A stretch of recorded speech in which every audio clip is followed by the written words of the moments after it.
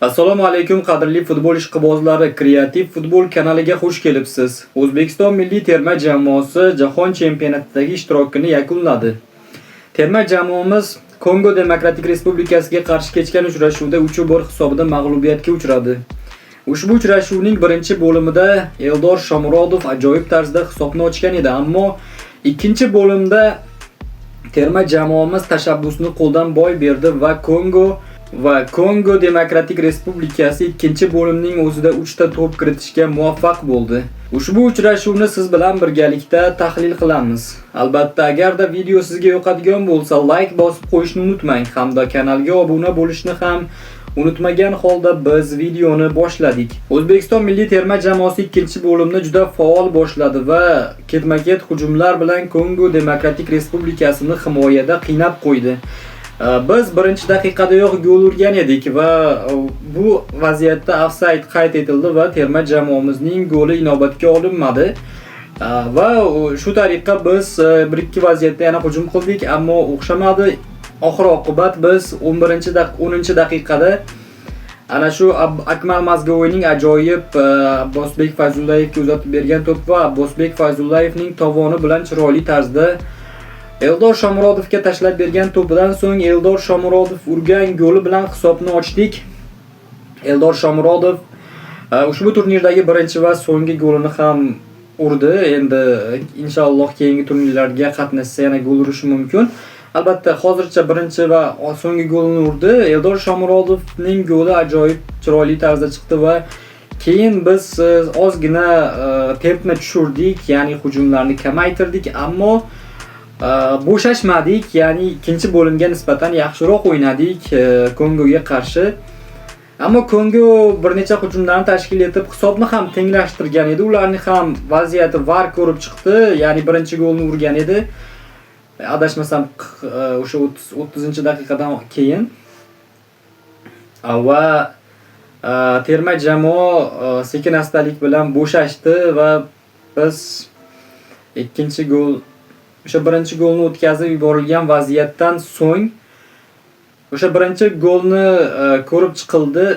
Birinchi gol urilgan vaziyatda VAR buni ko'rib chiqdi va VAR shunday topdiki, o'sha hujumni boshlanishi qo'pollik ishlatilgan va 10-raqamli futbolchi o'sha qo'pollik 7-raqamli futbolchi qo'pollik ishlatgan deb topildi va gol inobatga olinmadi va terma jamoamizning o'yini o'sha birinchi bo'limda 1-0 hisobida yakunlandi. Ikkinchi bo'limda esa terma jamoamiz bor e'tiborini himoyaga qaratdi, ya'ni hisobni ushlab qolmoqchi bo'ldi. Albatta, bu og'ir qaror edi. Meni fikrimcha bu xato qaror edi. Ya'ni hisobni ushlash emas, balki biz hujumga chiqishga imkoniyatimiz yaxshi edi. Eldor Shomurodov kabi Turkiya chempionatida to'pirar bo'lgan hujumchimiz bor. Undan tashqari Abbosbek Fayzullayev ham yomon o'ynayotgani yo'q edi. Hamma o'yinchilarning o'yini chiqayotgan paytda biz himoyaga yotib olishga qaror qildik va bu bizga katta xato qimmatga tushdi. Ya'ni bu bizga qimmatga tushdi. Ya'ni biz hisobni o'sha Kongo Demokratik Respublikasi penalti orqali hisobni tenglashtirishga muvaffaq bo'ldi va yana hisobda oldinga o'tib oldi. Undan tashqari o'sha oxirgi vaziyat eslagim ham kelmayapti bu vaziyatni, ya'ni oxirgi goldagi vaziyat. Ya'ni futbolchilarimiz bo'shashib o'yinni berib yuborishdi. Shu vaziyatda to'pni berib yuborishdi. Ya'ni borib olishga, qandaydir to'pni borib olishga kuchlari yo'qmi yoki harakat qilishmadimi bilmadim, lekin ana shu vaziyatda biz o'tgan Kolumbiyaga qarshi o'yindagi memlarga sabab bo'lgan vaziyatga o'xshab qoldi. Ya'ni O'rozov oxirigacha kurashgan, lekin to'pni ola olmagan. Ya'ni kolumbiyalik futbolchi oxirigacha kurashib, to'pni uzatib bergan va oxirida 3-1 bo'lgan edi. Shu vaziyatga o'xshash vaziyat bo'ldi-da, yana Kongoga qarshi. Nima ham deymiz? Bu ham trendga aylanadi. Endi YouTube'da yoki Instagram'da ko'rib qolsangiz ajablanmaysiz. Oxirigacha kurashish kerak, never give up, ya'ni hech qachon taslim bo'lmaslik kerak degan narsalar YouTube'da, Instagram'da aylanadi. Mana shu bizga urilgan gol bilan. Ya'ni Kolumbiyaga qarshi uchrashuvda o'sha Kolumbiyaning 3-goli shunaqangi mashhur bo'lib ketdiki, o'sha oxirigacha kurashganligi uchun u futbolchini ular, ya'ni boshqa muxlislar, boshqa auditoriyalar Kolumbiyani fanatiga aylanib ketdi-da bu gol orqasidan. Ya'ni bizga negativ bo'lib ketdi bu.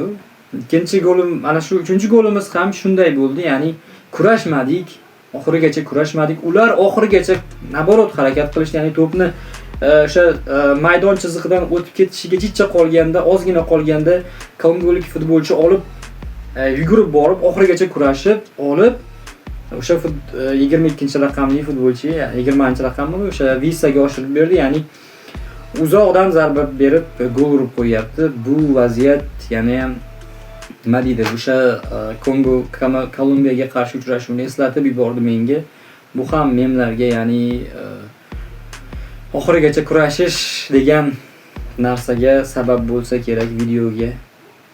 Endi umid qilamiz jahon chempionati hali yana bo'ladi 2030-yilda, yana 4 yil kutamiz inshaalloh. Endi Alloh yetkazsa hammamizni inshaalloh, albatta yana jahon chempionatiga chiqib, ana shu 4 yildan keyin biz yaxshi natija qayd etamiz deb umid qilamiz. Ammo mana shu mag'lubiyatlardan xulosa chiqarilishi shart. Chunki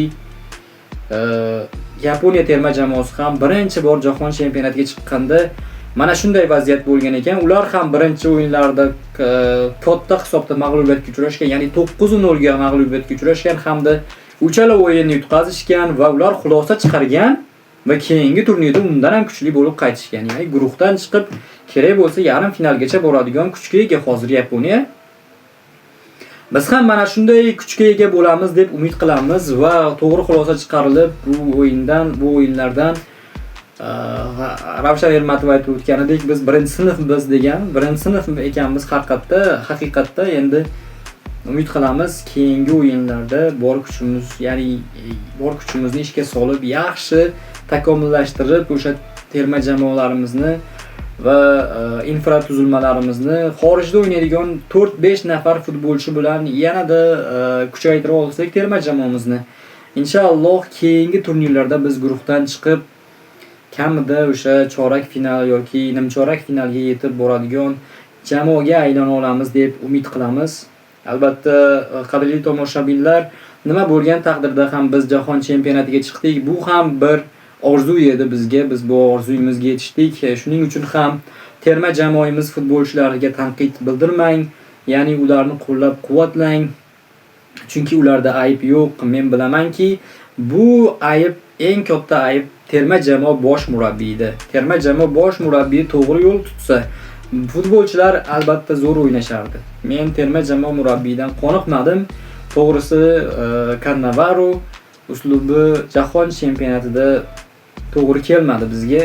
Bilmadim, yana balki boshqa o'yinlarda yaxshiroq o'zlarini ko'rsatar Cannavaro.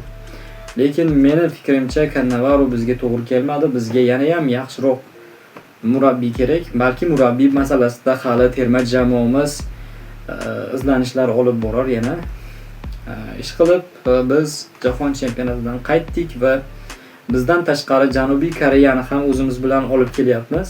Ya'ni biz Kongoni hech bo'lmaganda durang bilan yoki o'sha durang bilan natijaga erisha olganimizda Kongo qolib ketardi guruhda va Koreya kabi bizning Osiyodagi qit'adoshimiz chiqa olardi. Biz Osiyodagi qit'adoshimizni ham yiqilishiga sababchi bo'ldik, afsuski. Mayli, endi nima ham deymiz, bir paytlar Koreya bizni ham chiqarib yuborgan, biz shu bilan alamimizni oldik desak ham bo'laveradi. Qadrli tomoshabinlar, ushbu videoga like bosib qo'yishni unutmang. Kanalga obuna bo'lib qo'ying va biz keyingi videolarda albatta undan ham yaxshiroq videolarni taqdim etishga harakat qilamiz. Sizlar bilan Kreativ Sport kanali